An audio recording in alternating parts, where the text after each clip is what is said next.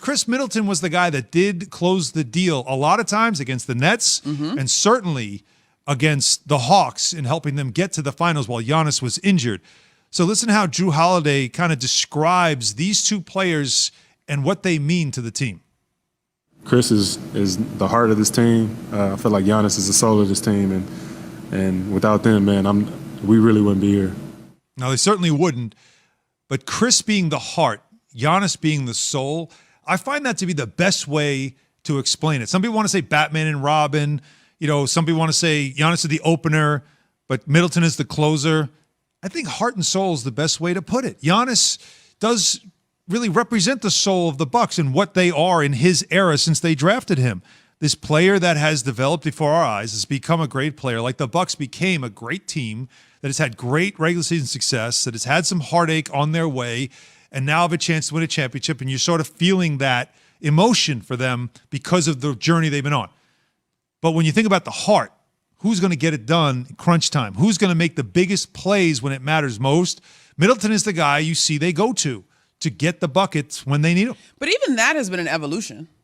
Because Leg said it last week on the show, Tim Legler. He said that the absence of Giannis forces Coach Bud to be a little bit more creative in the clutch. Now, they didn't necessarily run up on a buzzer beater game since Giannis has been out, but the default of give the ball to our two-time MVP and Defensive Player of the Year and get out of the way is no longer an option. Well, you don't have that option because he's not that guy.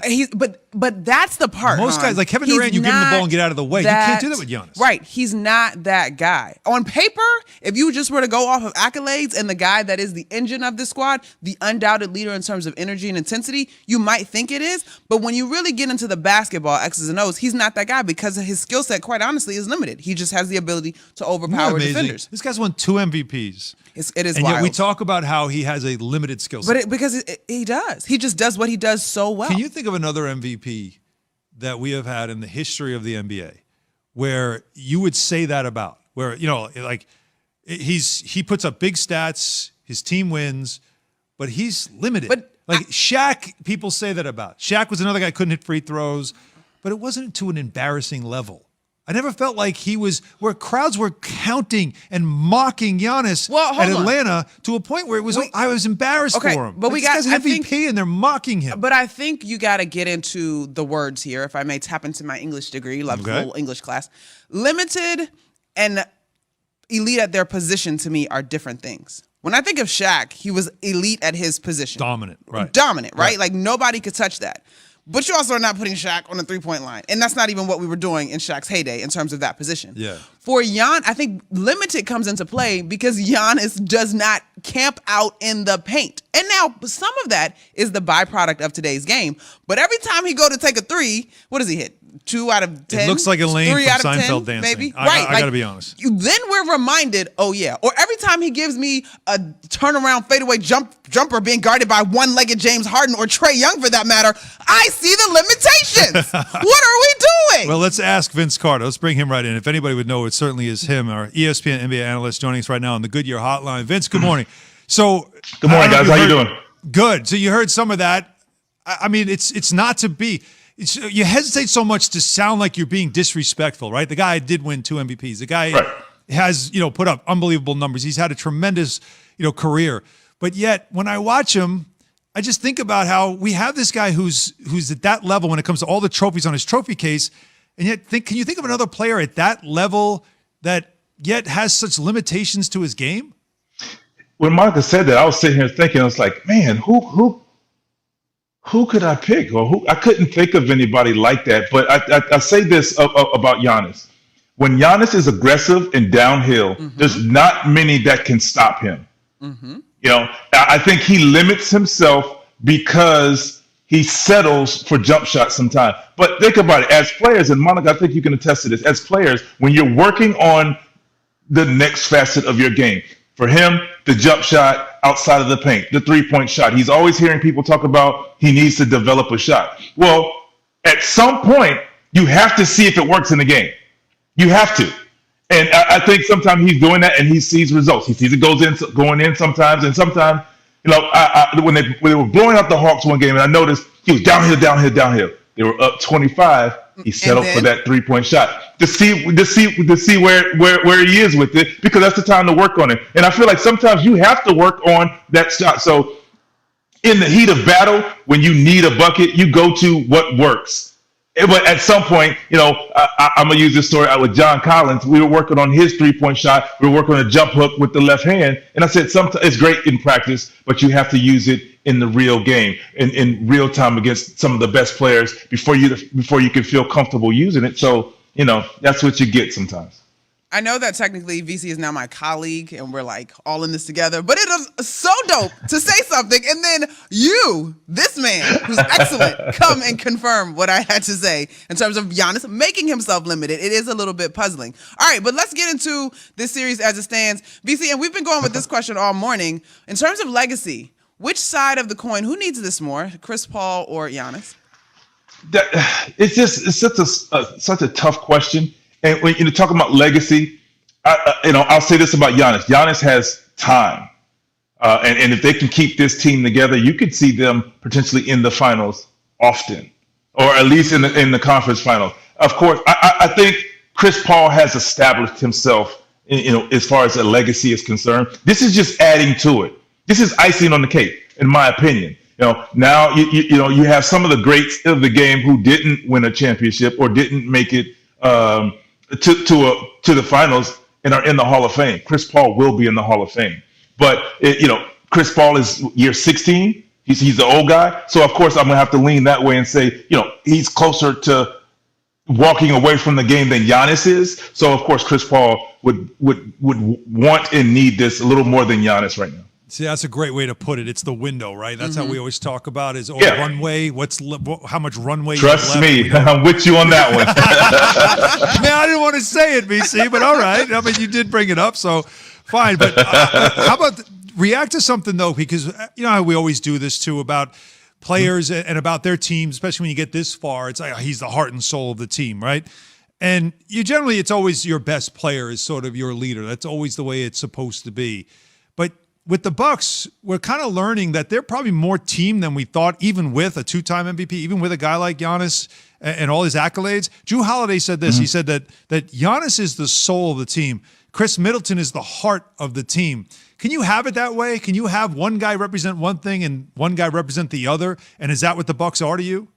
Well, I played on the team with Jason Kidd, and Jason Kidd was our leader, but he led by example. He wasn't our vocal leader. I was kind of the one who, I learned who Jason Kidd was and what he meant. Of course, when he stepped into a huddle and he had something to say, everybody's like, oh man, he's yelling, he's talking, let's listen. He led by example. Steve Nash led by example. I think Giannis is one of those guys who leads by example. I think another guy who I consider the heart and soul of the team and keeps them afloat is Bobby Portis. Bobby Portis brings what they need for them, and that energy when they're slow and they're in mud. They put I call him the battery pack for a reason. They inserted him, and look at what happened to that team. He brought life to that team, and he brought life to a team that was already darn good, and he made them better, and it made it tough for the Hawks to beat them, even with Trae Young back. So look, here's the question now, VC, because when Chris Paul came back after game 2, we saw a little sputtering, shall we call it, by the Phoenix Suns, just kind of acclimating to Chris Paul back on the floor in this particular series. Giannis, obviously, this Bucks squad is probably better with Giannis on the floor, big picture. But is it going to be more valuable, I guess, if he can play game 1, or does he need to get a feel for the series and kind of be able to pick his spots from an observer standpoint when he gets reinserted? Because there's no doubt going to be a little bit of, is Drew and Middleton still the 1A, 1B? Now we got to get Giannis back in. But, when you're playing in the finals. So if they can get Giannis back, you want Giannis on the floor. He demands attention regardless of where he is with his health. At the same time, I'm telling Drew Holiday, I'm telling Chris Middleton for sure, and then my bigs. I need the same game from you. Because you want Giannis to take his time. Maybe you don't play him as many minutes early so he can get himself back into game shape and playing shape, because he's been away from the game for a while now, Giannis, that is. So I want my 4 guys, and that's Holiday, Middleton, and both my bigs and Portis and Lopez, to stay aggressive. and let Giannis work his way back. The one thing for Giannis that is great is if he doesn't settle, he plays in the paint. So it's a little easy. You go down there, post up, and you feature him. But I still want Lopez right here, what we're seeing in this video right here. I want him in the paint. I want Bobby Portis in the paint, knocking guys down, getting me in the penalty so Middleton can be aggressive and drive and knock down shots. I love that. I think that's going to be such a critical matchup. And, that's exactly like Lopez has to be that floor spacer to allow Giannis to have that room in the paint. But when he's not out there, Brook, when he played for the Nets, was one of the best, footwork in the post big up. Man that we had left in the game. And he was my rookie, by the way. I probably every guy that I played with was probably my rookie or close to it. Monica, I knew you were about to say that, so I beat you to it. I knew you were about to say that. So I love you, VC. I love you. It's okay. I can accept it. But that's the thing. So I agree. You have to post Giannis and you have to utilize his ability to score. Yes, so you spread the floor out. But when Giannis goes out, I'm throwing him, Brook Lopez that is, I'm throwing him in the post, and I'm remaining aggressive and attacking the paint. Yes, now you spread Bobby Portis out there. Yes, he can shoot the ball and he's going to rebound. You don't post up Bobby Portis as much. You get the mismatches, yes, but 1A and 1B as far as posting up. Giannis is my go-to guy early, and then when you take him out, Brook Lopez, your turn. Continue to beat these guys up in the paint. All right, we're doing a deep dive tomorrow in the series, but somebody just tweeted, and I feel this. They're like, how y'all doing the show and nobody's mentioned Ayton? Let me just be clear. Monica McNutt is team DeAndre Ayton. Heavy. So real quick. He's been great. All right, talk to me about his evolution and what this matchup looks like for him, because there's a world in which, obviously, the Lopez matchup, but there's a world in which he's also going to have to deal with Giannis, too. Giannis, yes. He's going to have to defend. And Giannis is used to seeing bigger guys, but Ayton is a guy that has been playing great basketball, and he's going to put a lot of pressure on the Bucks defense as well, because they're going to have to guard him. They're going to have to guard the lob, kind of like what they had to do with John Collins and Capella. And he runs the floor extremely well. So if you don't get back in transition, and if you're settling for jump shots, you're letting them off the hook. And once the Suns get in transition, it's a lot of options that they have. So look for Ayton. I did a breakdown with this a couple of days ago. Look for Ayton to set a lot of screens, getting mismatches on the Drew Holidays and Middletons, and feature him in the post a little more there, and him hitting the glass. He has to hit the offensive glass, getting them extra possessions. Yeah, certainly something there to watch, no doubt about it. Vince Carter joining us right now on the Goodyear Hotline. Before I ask you to pick somebody in this series, though, I do want to give you a minute.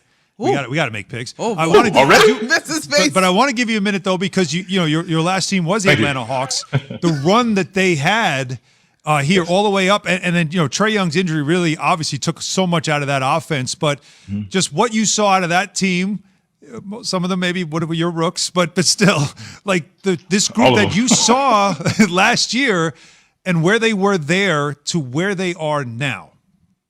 It's just obviously it was a new voice. Nate McMillan brought a new voice in a different aspect to that locker room, and they all bought in. And once Trae figured out how to be the star and scorer that he is, and facilitator and get his other guys involved, they took off, and all of these players, these young guys, evolved. And that's a testament to Coach Nate McMillan, but to Trae Young as well, just saying, okay, taking the coaching, understanding that Nate saw a bigger picture for this team. I don't think, any of us can say, wow, I knew they had a pretty good team, but Eastern Conference Finals, knocking out the 76ers, okay, maybe the Knicks, okay, cool. Knocking out the 76ers, taking the Bucks to 6, who knew? But they were confident, and maybe they were just too young to know that they're not supposed to play this well this early. But like I said, they all bought in, and once they bought in, they took off, and they were a great basketball team. Did you see something different in Trae just in general? Like there were stories, and you would know, you were in that locker room. There were stories that there was some friction with him and teammates. He shot the ball a lot. Some guys didn't like that, didn't feel comfortable with the offense. I heard that.